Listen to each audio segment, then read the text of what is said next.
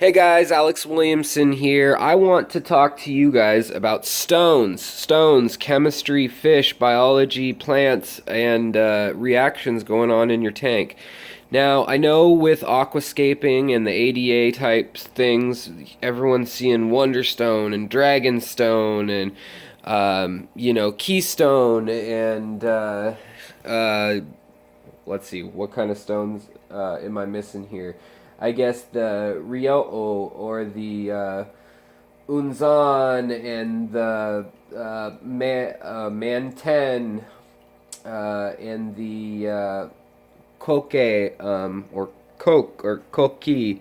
I don't know how to pronounce it. I'm so sorry, guys. I've seen it written several different ways depending on if you're reading it from Taiwan or Japan or if it's here in the States that they're talking about it. But in any case, not all of us can afford that stuff, and a lot of us are going out and we're getting our own stones. But you don't want to be hurting your fish while you're doing that, plus your plants. A lot of us have hundreds, if not thousands, of dollars invested into our setups, and there is a lot that goes into this. I want to cover in the following videos in three main videos of igneous rock, which is it happens in the volcano formed under earth, lava rock, think of that.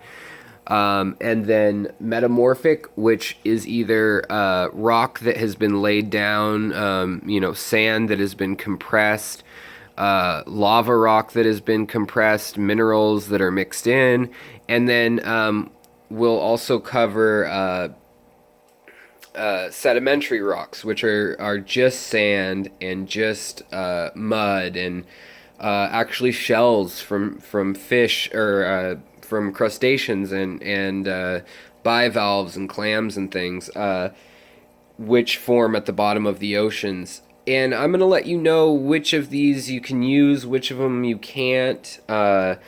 There's a lot of videos out there right now, and they say that, oh, you just need to pick it up and put some vinegar on it and see if it fizzes, and if it does, don't use it. Well, there's a lot more to it than that. That lets you know if it's going to mess up your pH a little bit, but really you should be using nitric acid or, sulfuric acid or hydrochloric acid. Any of those stronger acids will tell you a lot quicker where the pH is at. There's also pH tests and kits you can buy for that are great, but really the best way to do it is to put the stone in a bucket. If you're patient, waiting a week is great. Put it in some dechlorinated water and just let it sit there. Stir it around, mix it around every couple days, but let it sit there. Do a water test on it with your kid at home and see what's going on. See if compared to your baseline tap water dechlorinated, if you're getting a pH change. But pH isn't the only important thing. You've got to also look out for rocks that have cracks and things, and a lot of times you want those, and that's what's so sought after in the aquascaping, the beautiful displays you see that are really like bonsai works of art rather than just naturally growing fish tanks on their own per se. There's a lot that goes behind the scenes to get those shapes and the moss to carpet like a pristine field of moss, so to speak. Lots of mesh and threading through and gridding out things.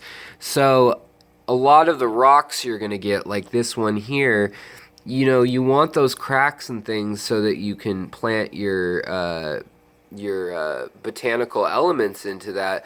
But you also need to be careful that it's not already harboring something if you get it somewhere else. Now, Dragonstone and also a few other ones like the Manten stone, you really are probably not going to find a substitute for it, honestly. This is as close as I got, which is a volcanic rock. Has bubbles from when it was cooling down. It's related to basalt. Let me take you over here real quick to the other tank. This I broke down and bought at a store known as Wonderstone. I got it for $1 a rock. It was supposed to be like $10 a pound, but I lucked out major. It has this beautiful banding, and it's a sedimentary rock, and normally you would say by looking at it, oh, that should not go in a tank. It has all sorts of elements. It breaks easily. It puts minerals in the water. But years of experimenting have let people know that it's okay as long as you are okay with a little bit of hardness in your water, a little bit of calcium, and a little bit of iron, which is fine because this is a guppy tank. And I have temple plant, which also can use that with the red leaves. In fact, it was in water that was not iron rich before, and you can see the leaves weren't doing so well. And now the newer shoots of all the red plants really seem to be really loving that. Now, the element you want to avoid the most is copper. I mean, obviously, cyanide or anything like that's in a stone is not good for people. It's not going to be good for fish. Lead as well, but copper is in a lot of stones that are green also, and you just got to be careful there and make sure you're not using that. Or stones that are very porous. There's two ways that I suggest other than UV light, because just UV light can also really take care of a lot of the icky stuff that will be growing on rocks. But in the cracks and crevices that you're going to be using in your micro mountain ranges in your tanks and things like that, there can be a lot of bad protozoa or bacteria or fungi and algae already growing, and so you want to make sure that you can boil it and get in there, but it's not full of holes or porous enough that it boils and explodes on you, or that the water can't get in there to treat it enough. Sometimes you can bake it in the oven versus boil it. But what I really want to get into in the next 3 videos is talking about, follow me here to my guide. So I want to talk about sedimentary rocks and what we can use from there. There's some, but that's a dangerous group to use because it's made up of jumbles of heavy stuff usually that's washed down the river or lake or glaciers.